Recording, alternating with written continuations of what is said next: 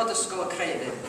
Y prawn yma, rydym yn gweithio am rhydeddu llenorion gorau'r ysgol am ei gwaith yng nghystadlaethau y gadair yn tlws Saesneg a tlws ddrama. Gobeithio wir fod y beirniad wedi cael ei plesio a bydd teilyngod yn y dair cystadleuaeth. Petawn i'n pessimist, mi faswn i'n mynd ati ddechrau sôn mae siomedig oedd y nifer o geisiadau a ddaeth i law ar gyfer cystadleuaeth tlws drama eleni. Ond dydw i ddim, felly na i ddim. Yn hytrach, dwi am ganol y ddau, neu'r ddwy, a thati i gyfansoddi ei dramau, yn ganol prysurdeb Steddfod yr Urdd, cyfnod aroliadau marferol a prysurdeb bywyd. Tri ddoth i'r blaen. Sgwennodd y tri am Golwyn, am dre y Conwy. Felly, byddai'n licio rhaid mymryn o wybodaeth i esiample Heathcliff, Sample Joe Bloggs a Tulip. Trefnu mae dim ond dwy ymgais ag arwydd yn y gadair eleni, a'r ddwy gan yr un cystadleuaeth. Ond da iawn Sally Mali am gefnogi'r cystadleuaeth, efo dau ddarn o ysgrifennu creadigol. Rydym i gyd yn hynod o fawr fod teilymdod yn y tair cystadleuaeth. Fe awn nawr ymlaen i wafreo'r enillwyr. Ar ganiad y corn gwlad a wnaeth Sally Mali, Joe Bloggs a Arian Rhod sefyll ar ei traed tra'r eistedder pob arall.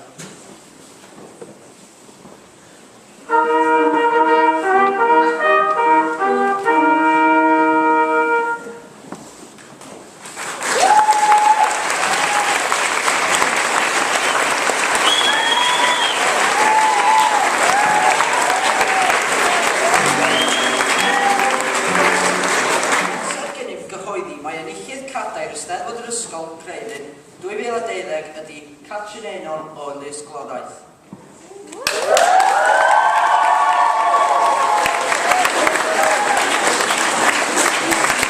Enillydd tlws yr adran Saesneg ydy Miriam Dafydd o Lys Penrhyn.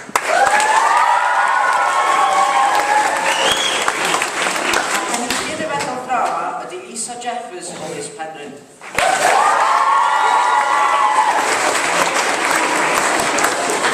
Gadewch i ni weld a oes heddwch i wafreo'r buddigol.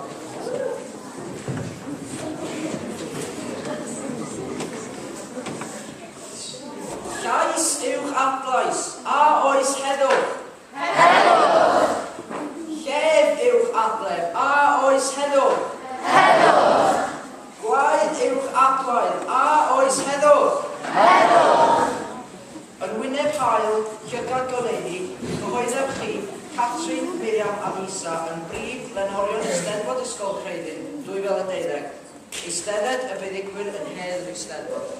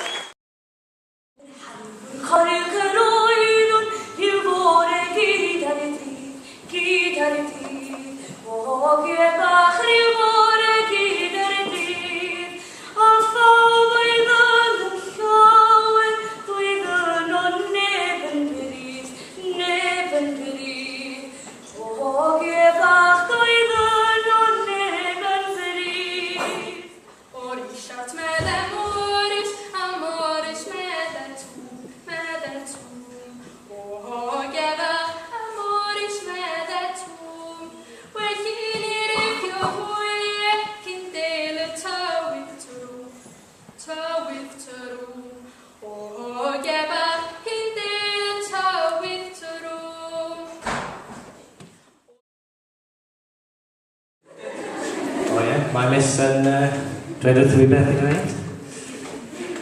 Blodau piws, dwi'n hoffi. Pobl yn hoffi blodau piws? Ie. Pobl yn hoffi... Mae'n gallu siarad. Pobl yn hoffi blodau gwyrth? Gwair ydy hwnna nid blodyn. Dwi'n geiriau, da iawn. So, mae blodau'n well na coed yn fy marn i. Mae coed yn just brown a diflas, ac mae'n brifodd pan ydych chi'n cerdded i fewn i un. Os ydych chi'n cerdded i fewn i blodyn, da chi'n just cael fawr i'ch esgyd, so dim ond mor ddrwg â hynny. So...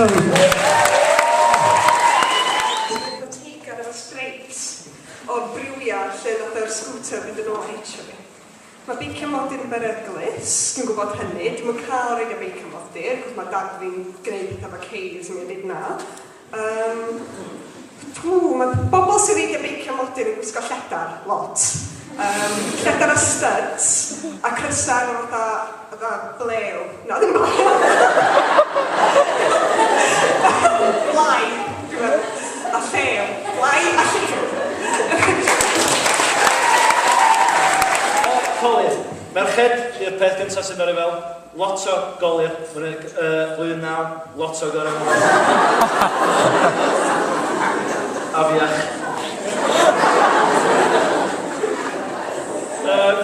Sgyn am syniad be arall i ddeud, dwi'n wir. Lliwgar, mae o'n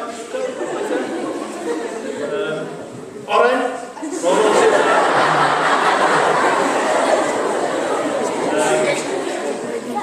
Wel arall, dwi'n wir. Dill, wyda. Pobl sy'n gael o'n wrong, anyway. Fydd arall, dwi'n wir.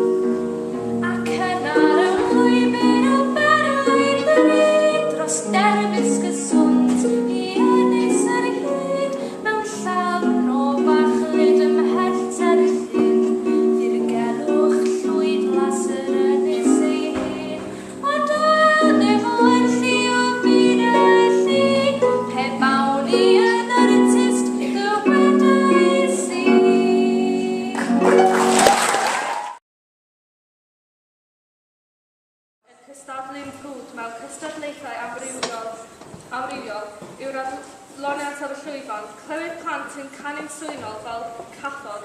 Y gwisgo'r rhai yn y gan adol yma heddiw bydd seremoni cadeirio llenorion doniol i llawer o'r cystadlaethau sy'n gwneud i ni chwarthyg fel Dr Davies yn Dr Davies yn actio i'n disgwyl mewn sketch ardderchog. Ardderchog oedd clywed y disgyblion yn siarad Cymraeg. Cymraeg yw iaith rai blynyddoedd i'r ôl fi yma mae Cerdded. Mae disgyblion am hyddawn yn cystadlu'n grwd mewn cystadlaethau amrywiol. Yw'r adloniant ar y llwyfan. Clywed plant yn canu'n swynol fel cathod y gwisgau rhai yn y gan achdol yma heddiw. Bydd seremoni cadeirio llenoriol doniol.